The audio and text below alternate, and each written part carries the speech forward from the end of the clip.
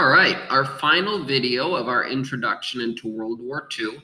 We have to look at all these things that Germany was doing that France and Great Britain are kind of ignoring through appeasement.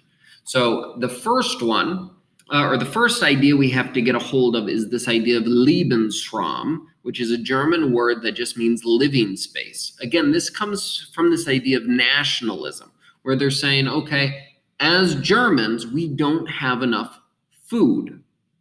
Well, we don't have enough land to make enough food. So if we have more German land, we can make more German food for our German people. So this is the problem, and you'll see in this little graphic, it shows France has enough room, Great Britain has enough room, but we in Germany, we don't have enough room. So we need more land. Right? That makes sense. So we'll just take other people's land so that we can make more German food to feed the German people. And so this was their solution, this idea of Lebensraum or living space. If we expand Germany's border, then we'll be okay.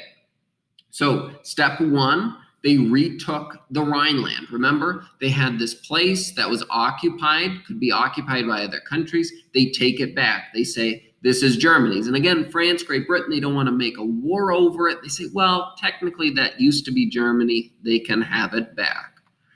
Next, they annex Austria. Now, annexing isn't the same as taking, or it's not the same as conquering it, right? They take it over, they go to Austria, which is this country right down here, and they pressure them and say, hey, join us. And so Austria does. And again, Great Britain and France, they're like, yeah, they're basically the same. And actually, Austria is Hitler's home country. He was actually Austrian. He wasn't German. And so again, France, Great Britain, they say, he can have it. Well, then the next is to pressure Czechoslovakia. And you'll see there's this whole region around Czechoslovakia called the Sudetenland. And first Germany pressures the countries to let them have the Sudetenland, which is what was called the Munich Agreement, which we saw in the cartoon was that little bottle that Hitler was enjoying, right, through appeasement. Now, the problem with that is that was Czechoslovakia's really defense against the Nazis, was all in the Sudetenland. So once Germany had that, they were able to take over the rest of Czechoslovakia really easily. Now, finally, we talk about Danzig and Poland.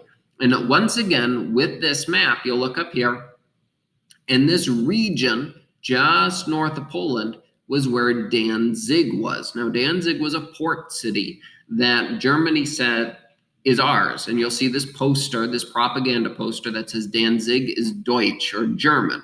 And they are saying, this really belongs to us. And Poland says, no, it doesn't. Danzig is ours.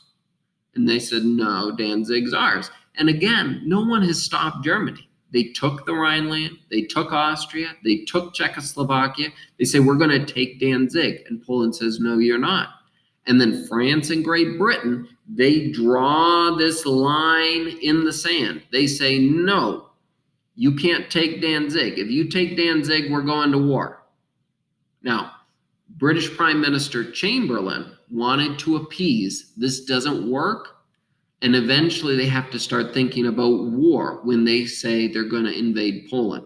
And when this happens, they turn to a new leader, Winston Churchill, and he becomes the Prime Minister of Great Britain.